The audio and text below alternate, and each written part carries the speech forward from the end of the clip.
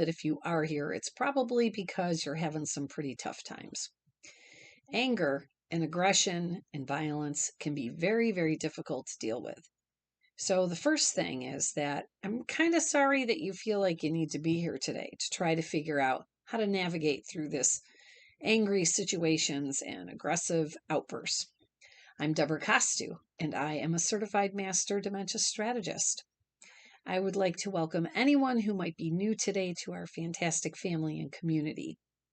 And we truly are a family. If you'd like to do something nice for me, please subscribe and hit that red button so that you don't miss any of our upcoming helpful videos. You can do it right now. I won't disappear. I'll keep on talking. It takes a little bit more than that little red button to shut me up. Our subscribers are climbing and climbing and climbing, and you make me so proud.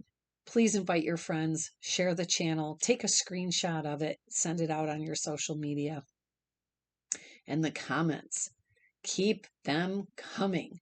I love to hear from you. I get all kinds of questions, and the feedback that I receive from the strategies that I send you and that you're implementing, they are working. So reach out. I can't help you if I don't know the problems that you're having or what you're struggling with. We all learn together. There is also a wonderful Facebook group called Answers About Aging and Alzheimer's, where all our family subscribers all collaborate and support each other. So join me in the Facebook group. Before we get into our topic today, I'm happy, well, I'm actually way beyond happy, to announce that I will be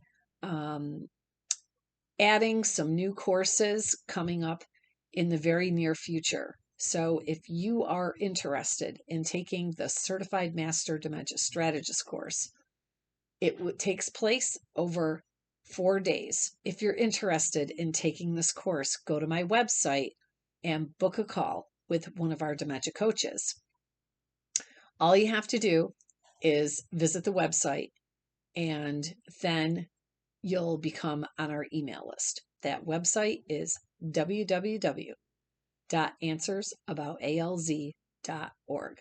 I will put that in the link down below as well in the description area of this video. So all you need to do is click on that and it will link you to the website. This course covers everything, and I mean everything. Communication, behaviors, bathing, safety, how to keep them busy, advanced behaviors, and there are over 250 exact phrases of what to say and what not to say to a person with dementia. Over 250. And that's not including the discussions and the brainstorming that we will do together. So get over to that website to register. I'm only doing a couple more classes for the summer. These are live on Zoom, so get cracking. Space is very limited. All right, so let's talk about why people with dementia are so aggressive. Can you guess? Just think about it for a minute. Put yourself in their shoes. Think if it was you, what might be making you angry? Sometimes we just need to stop and pause and think for a minute. What if they lost? Because they have had an awful lot of losses. They may have lost their home. They've lost their dignity. They've lost their brain. These people feel completely out of control. How would you feel if you felt that you were completely out of control? They're acting out because they feel that they have no control. It's time to give them their power back. The very first thing that we have to take into consideration is our approach. How are we being perceived by that person with dementia? This comes down to our facial expressions, body language, our tone of voice. Over 90% of communication is nonverbal. I have to be very careful of my facial expression because I have that resting bitch face. Have you heard of that? My relaxed, normal face looks like I'm mad. So I have to be conscious about how I'm being perceived. a person with dementia is going to respond more to the way you look and sound than they will to your words. So make sure that you're not standing there with your hands on your hips or a scowl on your face. They will also read your vibes and the stress coming from you. So if you come in running in the room yelling, "What's going on? What's going on?" That's just going to get them more upset. Watch the energy level. You need to come in calm, cool, relaxed, happy. When you enter the room and you're all excited or yelling, all that's going to do is scare them even more. What they need is someone steady and someone who is confident and stable. That's you. So if they're already upset, the last thing they need is someone charging at them. Does that make sense? Put that makes sense down in the chat for me. First and foremost, let's make sure that we are taking the correct approach. An approach consists of not just body language and facial expressions and tone of voice, but also how we are actually going towards them. If they are hitting, kicking, or throwing things, you need to be a moving target. A moving target is harder to hit. In most cases, you would want to approach from the front or the person's dominant side. However, if they're being combative, you may not want them having you in their direct line of fire. And if your very presence is just making it way worse, then back off, back away and give them their space. Have you ever just wanted some time to yourself? There may be times when we just can't fix it, so take a break. And all of these techniques are taught in my course. Next, our words matter. You have to be very, very careful with your choice of words. Stay away from calm down. Nothing pisses somebody off more than telling them to calm down. When you tell an angry person that they need to calm down, what you're really doing is you're dismissing their feelings. You are making them feel ignored. When people feel that they are not being listened to, it will only make them try to prove their point even more to you.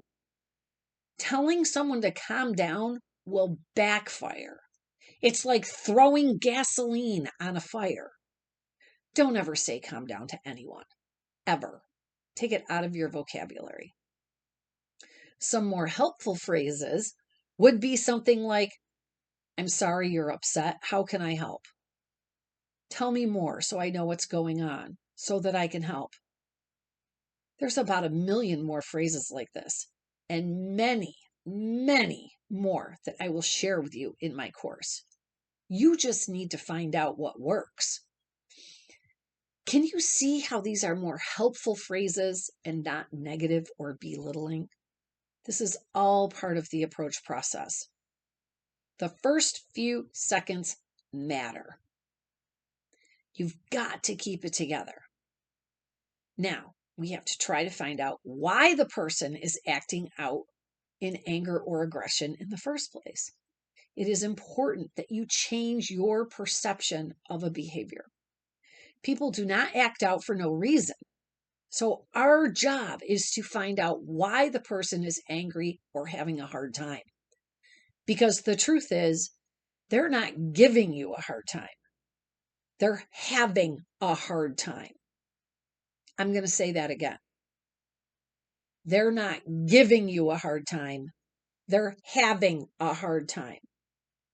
So there are basically 4 categories that we want to look at. The first one is personal needs. Are all of their needs being met? For instance, are they hungry, thirsty? Do they have to use a toilet? Are they in pain? Are they hot? Are they cold? Are they tired? Next, we need to take a look at the surroundings. Are they confused by the environment? Are there too many shadows or glares causing confusion? Are there echoes in the room causing auditory distortions? Maybe they just don't know where they are and they're afraid. The next category is the people that are around them. We like to spend time with people that we enjoy. Are there any people who are making them feel uncomfortable? Or maybe someone reminds them of a person from their past that they don't get along with. So, who's present? And how is that relationship? The next and final category is, what is the situation? Is there a particular situation happening that is overly confusing? Perhaps they have too much stimulation, or maybe they don't have enough stimulation and they're bored. Did something happen that upset them? Did they have a bad dream, or are they having a hallucination? Anger and aggression are all about fact finding. The more you can dissect what is going on prior to the anger or the aggression, then we can either eliminate it or greatly reduce these unwanted behaviors. Try to remember that what might be a minor situation to us becomes a huge challenge for the person with dementia. They are faced with obstacles every minute of every day that we don't even see. I know it's hard for you, but it really is way harder for them. And sometimes we forget that. I can show you all of these tips in the Certified Master Dementia Strategist course. I can teach you how to overcome anything. I can show you not to be fearful of the future because you will be well prepared for anything that comes your way. Just book a call on the website. And make sure that you're hitting that subscribe button because we want you to join the family. Thanks for being here. I'll see you next time.